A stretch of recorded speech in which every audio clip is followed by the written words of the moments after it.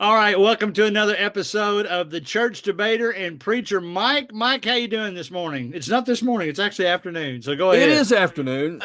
We've had an interesting start for those We who did. don't know how we start, Now I'm but not going to I'm be able to good. edit it off, so they've just Oh, seen what I've done. But they've got it. Oh, okay. I do two or three podcasts, so I start them all a Yep, different way. So that's it. that Yep. was my. It's funny on my podcast I do for substitute teachers. This week's episode about is about how I like elementary school best now. And I Oh, to the point I can't hardly go back to the others. I don't know what has happened to wow. me. But anyway, Oh that's neither my. here nor there. Yeah. So, did I interrupt you? Go ahead. No, no, no, no, no. I'm All just right. excited. It's been what 3 months? You say that every time, and I think it was last week, wasn't I think so. December was the last one we did. it? All right. So there you So go. I'm ready. today, this may be a first because Oh, we're going to talk about artificial intelligence from this standpoint. wow. Right now, do you ever buy anything on Amazon yourself personally? Yes. Okay. When you go to a product now, it has Uh-huh. artificial intelligence built in so that you could page down and not have to read all the reviews, but the artificial intelligence gives you a summary of the reviews. Ah, And it stated, it gives both sides. It stated, this product is this and this and this, but some people find that, and then it goes into the negative side. How they present it. My okay. other podcast, the one I do for substitute teachers, I've got it. It costs a little bit more, but I got the switch turned on for artificial intelligence, which means when I record it, the AI figures out what my title should be. So it's a little bit weird. I have to admit, I'm not Whoa, I sure didn't I'm know. ready for all this. But I say all that Wow. to say this. We're going to talk about a topic today that we've talked about before, but I thought I would start with the artificial intelligence version of the topic. So the topic is women being silent in church. Okay. Okay. Now, so if I'm going to read this from one of the AI overviews, it says the Okay. phrase "women be silent in church" often refers to the interpretation of 1 Corinthians 14:34 and 35, which some interpret as a command for women to remain silent in church gatherings, while others argue it's a specific context for maintaining order during the evaluation of spiritual gifts. Another AI paragraph says in 1434, Paul commands some or all married women to be silent in the church to stop them from asking interrupting questions that bring shame upon them and others. Okay. Now, this is not only, I hate to use the word, I'll just use it real silently so nobody hears what I say. Okay. Okay. I'll move in closer so I can hear. Denominations. There's a Yeah. lot Okay. of that kind of group that uses it, but we got to be honest with ourselves. Even within our own group now, it's becoming a very hot topic. So, Absolutely. given those scriptures, and I know, is it First Timothy? Mm-hmm. Okay, First Chapter Timothy's two. got some stuff in there. Maybe what the question we want to start. Well, I'll just let you start talking about these two scriptures, why we decide what it is, and does the culture or even the situation, because back then, Paul didn't just write letters to socialize, right? He wrote letters to help them with certain issues at the time. Is this, in fact, what was being done here? How did the issue come up? Also, when he wrote to Timothy, was Timothy getting ready to go somewhere where this was going to come up? So, having said all that, and what now, AI doesn't have an opinion. No. It just takes all the other opinions and say, all right, you got this and you got this. It's up for you to decide. So now, Preacher Mike, it's up for you to decide where do we go on this topic? Hey, this is an outstanding topic for a lot of reasons. One, I first became familiar with AI when I was reading an article and I got to the end and it said this article was written by AI. And I got mad. I don't want to know what some computer has decided about something.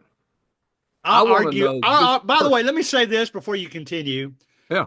I'm going to play devil's advocate today, and I want everybody to know that the questions I ask aren't because I really feel that way, but more so because I know some people do feel that way. I don't So want in you to other think words, go ahead. Now go. so in other words, you're going to actually be the church debater today. Yes, exactly. That's what I get Okay. paid for. So, There you go. That's right. So the idea of AI is fascinating to me. I don't understand it, but I know in the particular ways in which I've seen I don't like it, uh, uh, at least as the substitute for some human doing the writing. Now, to help summarize and do, I get it. Now, that's interesting how you read it, that it has three different versions. And it said, here's what three people think, or it's three not just ideas. three people, it's everybody meshed together. Right, right. Okay. And there are three ideas that come from Three that. ideas, yes. I'm going to start with the third one because to me it's the one that's most difficult to understand how you could get to that point. I had a person tell me that a couple of years ago, and I'd never heard it before, that it was only speaking to married women. Well, if that's true, then in the context of 1 Corinthians 14, where the worship setting is what is being considered, then single women could cause all the trouble they want. Well, that doesn't make any sense. In fact, the person that told me that said only married women are restricted. Well, Wow. what woman wants to be married if all she's going to do is be restricted? So to me, it doesn't make any sense. That Almost one, like you got to have a husband now. You got there to you shut go. up about things. There you go. That's a harsh way of saying it, but Well, I'll tell you another harsh way. Yeah, we're both married. We have wives. I I'm don't, going to bring that up here in a moment, by the way. they I'm going to don't, use us as an example. okay. Well, they don't shut up, and I don't want them to. That was not the example I was going to Is that not use. what you were saying? Oh, okay. I'm sorry. Now, let's talk about the other two. And point number one is one that is the most popular and with which I have certain disagreement. And Okay. the point being that the context is talking about the culture. The culture says because the women of that time had no rights, they didn't have freedom. They had that Paul is saying because of that, in this culture, keep quiet so that you don't disrupt people Well, with Christianity he would have unnecessarily. said in this culture That because they were in the culture. they were in the culture. That's exactly right. Yeah.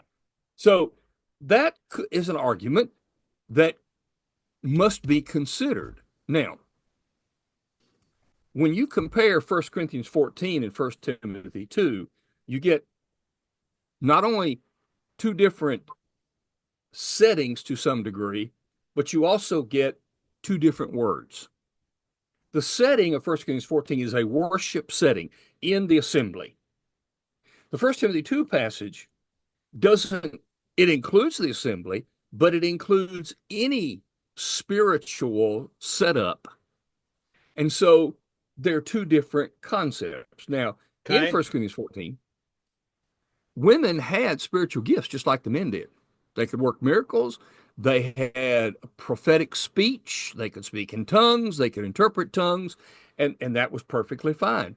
But what Paul was saying was when you get together as the assembly of the Lord's body, women be silent. Right. Now, what's interesting is the Greek word he used there is, is the word that says, keep your mouth shut.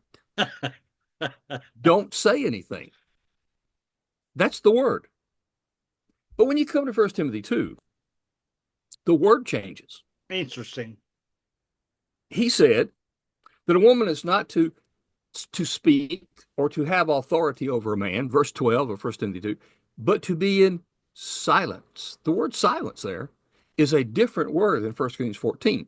The word in First Timothy means and is a word that means a quietness of spirit. Now, if what he has said in First Corinthians 14 to keep your mouth shut, then they couldn't even sing in the assembly. Yeah. But he wasn't talking about the singing, he was talking about the use of gifts.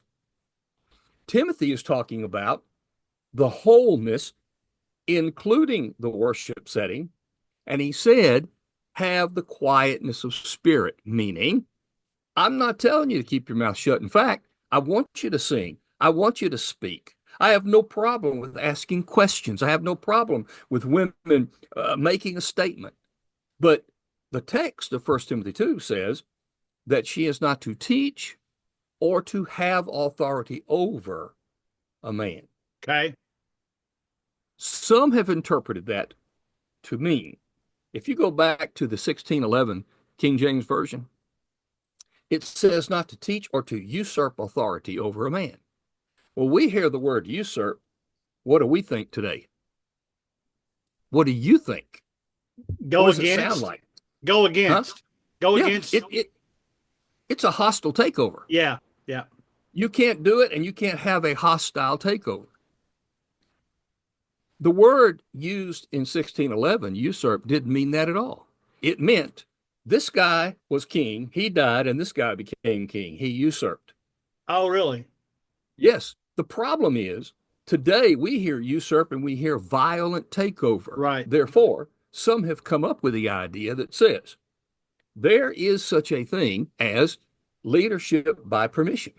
In other words, if we decide that they can do it, then it's okay Gotcha. because they haven't taken over. But the text says they can't even have it. So if you give it to them, they shouldn't take it. Now that's the context of First Timothy 2 Okay. in the Greek language. But look at it in the context. He says, what is this based on? He didn't say it was based on the culture. He said it's based on creation. God made Adam first, He did say that. Yes. then he made women.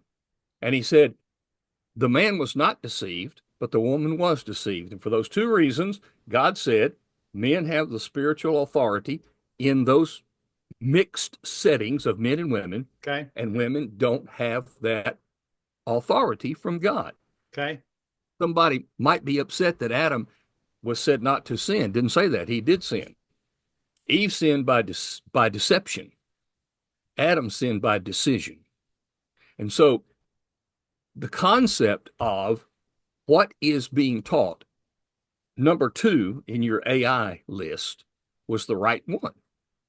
And that's the way that I think scripture should be interpreted. Okay. And remind everybody what number 2 was. Number 2 said that this is a concept that God designed for the proper use of the spiritual gifts in 1 Corinthians 14, which is what you were talking about. Right. But Right. that's the same concept in 1 Timothy 2, but in a broader sense. Are you turned to First Timothy right now? I know you got it memorized anyway, but I Yeah. always thought it was funny. I think that's the First Timothy one that says it this way, where Paul Okay. says, I forbid, right? Yes. You think that's a little strong? Like, who is this guy who says, I say, rather Ah, than God says? well, I think it might be, in fact, it is. I think it's the First Corinthians 14 passage that Oh, is actually a little tougher in the wording, where he says, "Well, I mean, let is he getting too big for his britches here? I Is he making up commands that he likes because he's not married? I want it this way. Now you're talking about First Timothy 2, because Okay. he says in verse 8, I desire therefore. Yeah. And so we're thinking, in fact, there are people, I know at least one guy that I've talked to many times who says, I don't like Paul. I know a And lot I of know women. women I know a lot of women who have said that. who don't like Paul Yeah. because Paul says things that make women sound like second class citizens to them.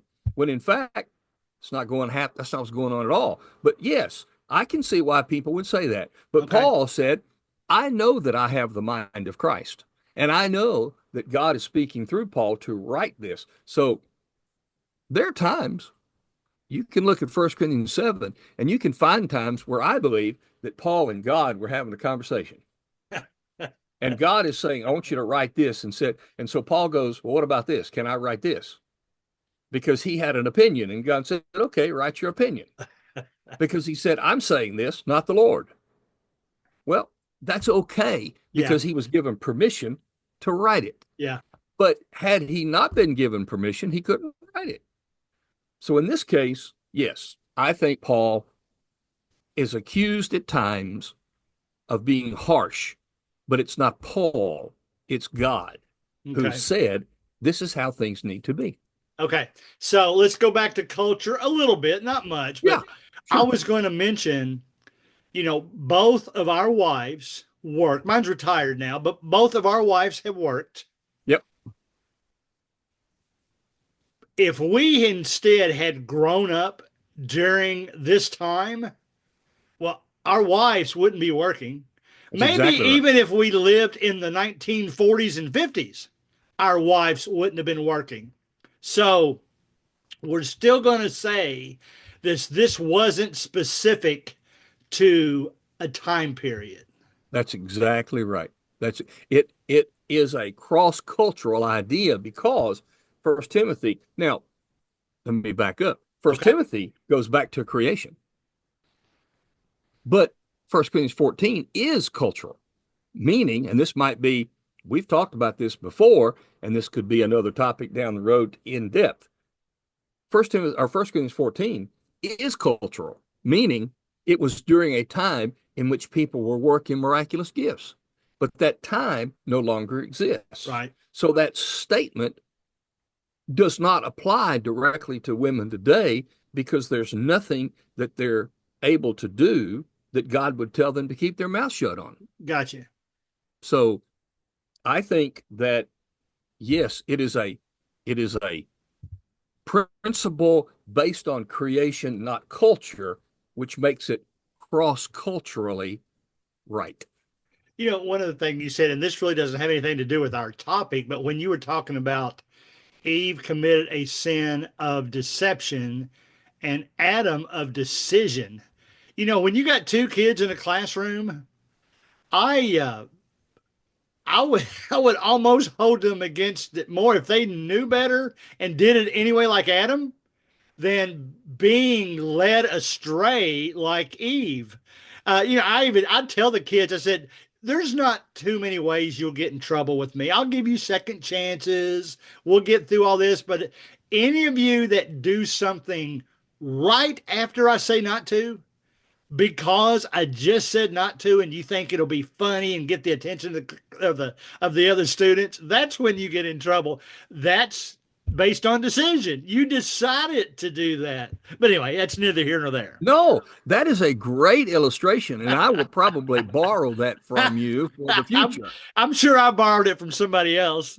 I love it. I think that's perfect. And that's exactly right. I think that's why we can hold Adam almost, as it were, more responsible because he looked at the situation, I think, and he said, okay, she's going to die. So I'm going to go die with her. He decided to go. She Yeah, was deceived into going. right. Led astray. Almost like what's the legal? Not guilty by association, but aiding and abetting. I Aiding and don't know. abetting. That's it. Yeah. Mhm. Yep. All right. Let's be more specific now. Let's go about 5 more minutes. Let's actually get into specifics in that. Okay. For instance, we call a man that's in our church leading songs, we call him a song leader.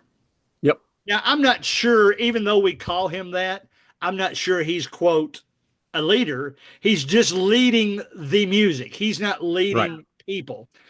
right. With that in mind, can we have a female lady start songs?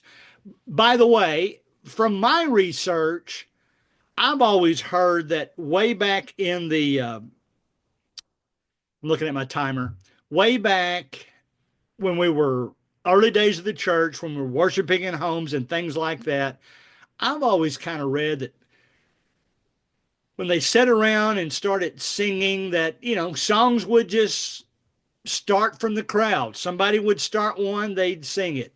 Somebody else would start one, they'd sing it. It never really says if only the men started songs. Go to the classroom. I'll be honest with you right now, man. There's been things said by women in our classrooms that I've learned from. Now, did she teach me? Was I supposed to put my fingers in both ears and not listen? So, comment on, can a female be our song leader? And is it okay for females to talk in our Bible classes? Or for that matter, what if you're doing a sermon and one of them raises a hand and says, Mike, can I ask you something?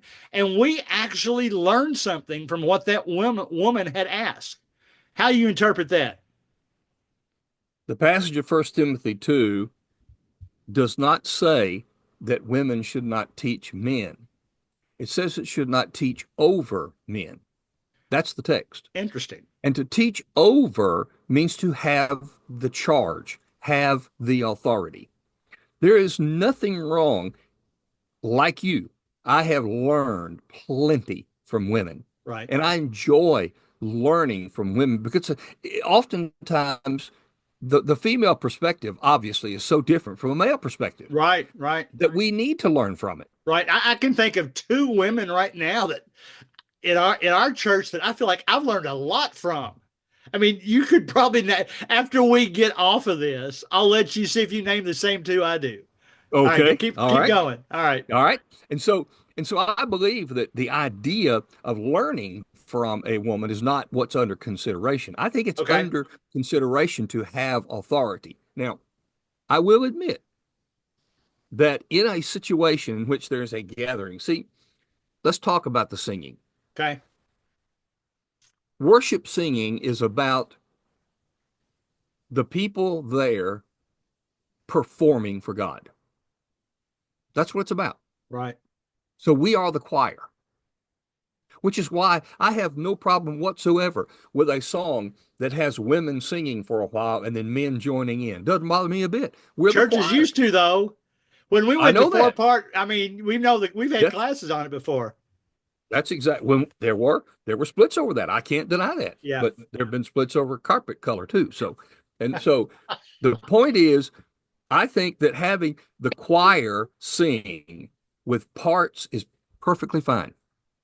So if we're in a group and we're just having a singing and a woman starts a song and it doesn't have the same feel as being in the assembly together and a woman standing up on the stage and directing the song.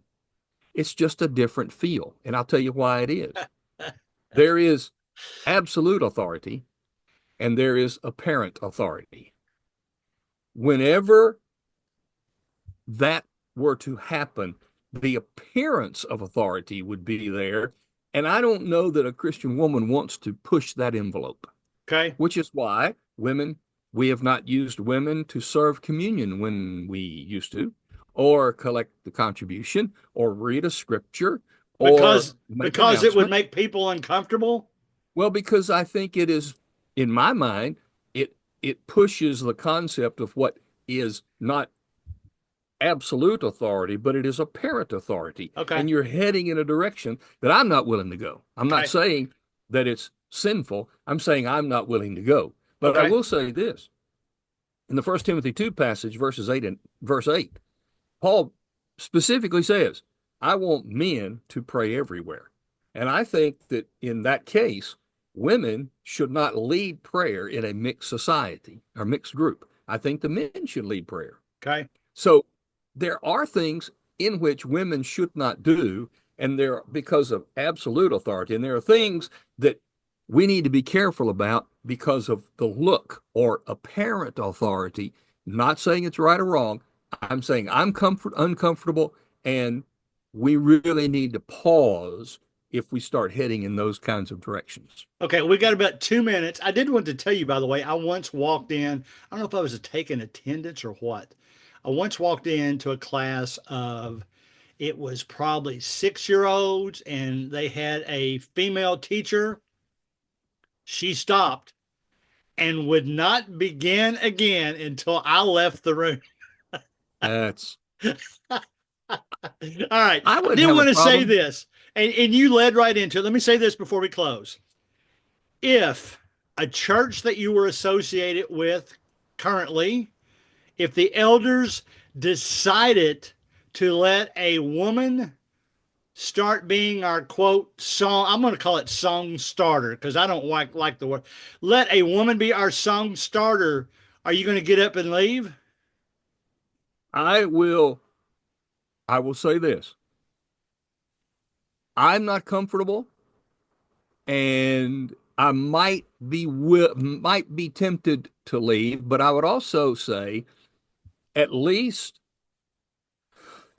let it not be stand up on the stage with this look of authority. If it's a group setting and she's in a pew and they just start a song, to me that's just different. Yeah.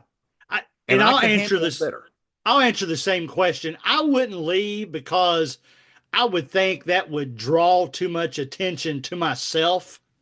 Yeah. So I would wait it out and then decide after the service if I needed to do something else. I thought you meant, yeah, I wouldn't necessarily leave in the moment. No, Okay. All but right. All right. later, yes. All right. Yeah. All right. Close us out with the profound thought of the week or the last 3 months. That's good. The last 3 months. Yeah, since we haven't done this for 3 months, according to you, let's That's true. close it That is out. very I true. think we've done one this year, We'll have but to look, it's been but close. I don't Go think so. ahead. And I'll Go tell you why. ahead. I broke my elbow in December. Right? I had I had flu type A, and I've had food poisoning, all in the first 2 months of this year. Man. So 2025 didn't start out well. But I'm going to tell you this. I want 2025 to finish well. My thought of the day is this. When things are not going like you want, it doesn't mean that they will always go not like you want. Just hang in there. It's going to change. You can make it better. You can make it through. My elbow is almost healed. Now give Not us full. a quick, not everybody knows what you did. So I'm going to make you tell us right now. I am proud of it. People ask me, said, why did you get on a hoverboard? I said, it's my hoverboard. I've had it for 3 or 4 or 5 years. I've ridden it, but on this particular day, I messed up. I fell off and I broke my elbow. But I'm telling you this right now, it won't be the last time. I'm not going to have the last time I rode my hoverboard be a broken elbow. Okay. All It right. will happen one more time, Yeah. and I'll be finished. Yeah. I knew a guy that had a bad accident jumping out of a plane, but Ah, once he was all healed up, he couldn't wait to get up there and do it at least one more time just to say he there you go. could. All Finish it. That's right. right. Very good. All right, guys. That's it for us, Church Debater and Preacher Mike. Say goodbye, Mike. Goodbye, Mike.